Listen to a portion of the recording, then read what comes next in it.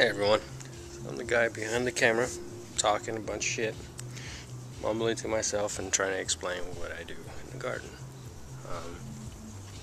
It's March 14th. Yesterday, the video I shot was just walking around, evaluating what needed to be done, looking at soil conditions, making sure it wasn't too wet. It has been raining, and we finally got some sun, so we had to wait for the soil to dry out and become the right texture for working, and it was perfect. Okay, so let me show you what I got started. You see it's nice and clean. Before it was like pretty dirty. Just had a bunch of old winter plants that were bolted or just basically done with.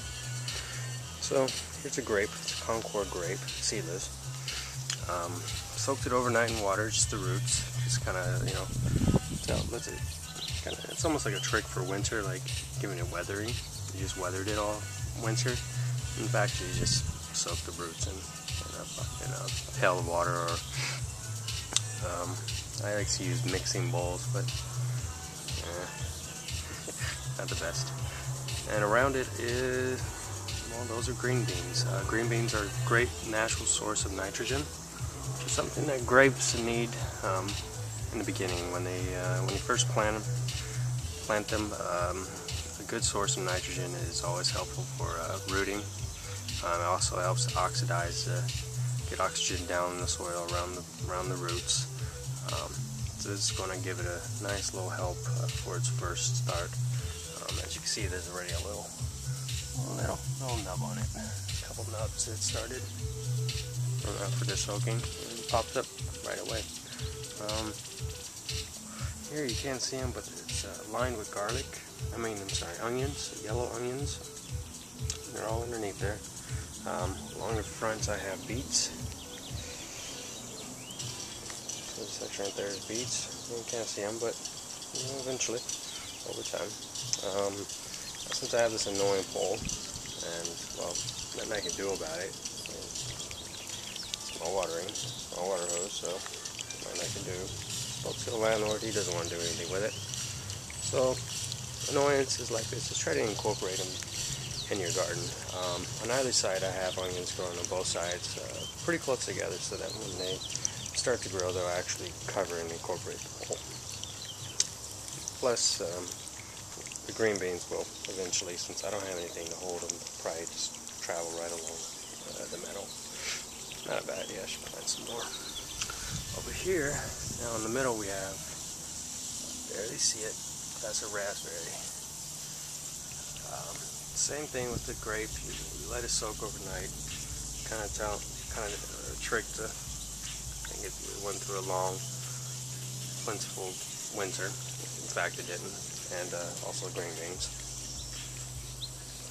Over here, I planted a squash. This is a buttercup squash. Basically, it looks like a butternut, just the bottom portion. It's a nice ball, and it does very well in this spot. It doesn't get too overbearing. If it does, you just trim it back, and the more you kind of train it and cut it back, really the better the the vegetable is. It focuses all of its energy into it. In the back I got a couple of green beans and something for it to climb on. It's just some netting I bought on eBay. It was like $5. It really does well. It did well last year. And along the front I have also more beets.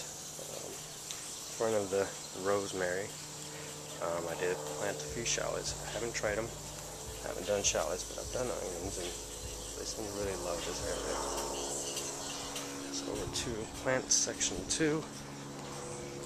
Okay, so today this spot has been basically it's been almost impossible to do anything with. The soil is it's very acidic.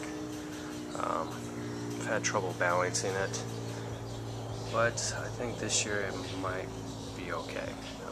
As you can see, I trimmed the hell out of this. I don't know what the name kind of tree it is. I don't even know if it's native to LA. It's just a piece of crap. It attracts aphids, leaf cutters.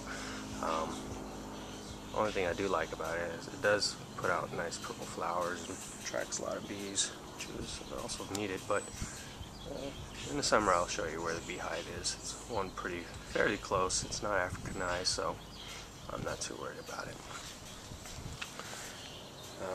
And in here is about 200 onions, yellow and red.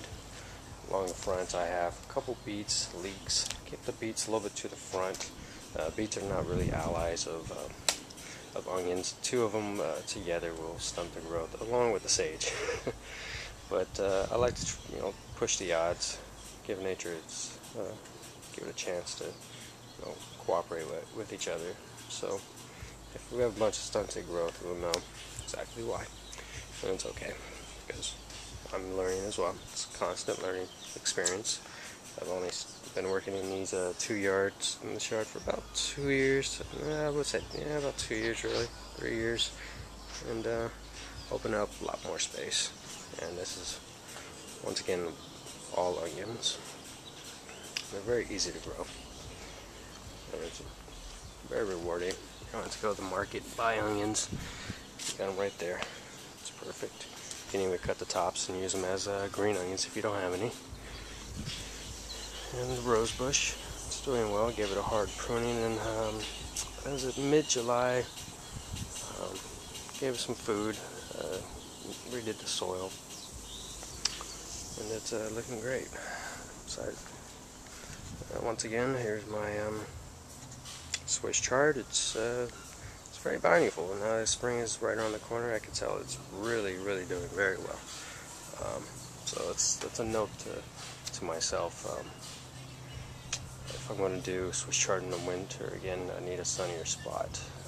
Not until the sun started shifting and getting a little bit more sun during the day did it really start to take hold, along with the spinach. So I still have some winter problems I need to work out. Back here, over here I didn't do too much. All I did was de-weed. This is going to be my tomato patch. So all I want to do is de-weed. Didn't want to turn the soil because I don't want any weed seeds blown in the wind. Having a nice fluffy fertile land, spot to land on and take root. It's best to leave it solid. De-weeding, I just did it by hand. I didn't use a pick. Like I said, I don't want to break the soil. I want to keep it solid. I did notice after I moved that Christmas tree, the soil is perfect. There's tons of earthworms underneath it. It's basically worked as a worm farm. It kept it shady, kept it moist, and underneath there is just tons of organic material and lots and lots of yummy worms. So hopefully when I turn the soil, I'll distribute them a little bit. Probably move dirt from that side, put it more over to this left and center, and vice versa. Toss this soil over there. That it doesn't really have any cover. You can tell it's very weathered. It's solid. I usually really solid spots. I usually just don't even try to plant them. I just use it as an access so I can get into the back of the yard, to the back of the garden. There's some. Well, that's cabbage.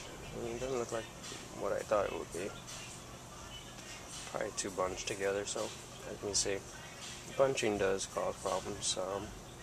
It doesn't allow the plant to fully produce. It doesn't really mature to what it's, to its adult size. It just, it's like fighting for space, and if it doesn't have space, it's not going to grow that big ball of cabbage that you're used to seeing. But I did try some of it. I ate some of it today. It's pretty damn good. Back here, these are all strawberries. There's tons and tons of strawberries coming in, which is great. Last year I didn't get so many. It does take at least a year for the plants to really get established, to really, produce enough fruit for pie or noticeable.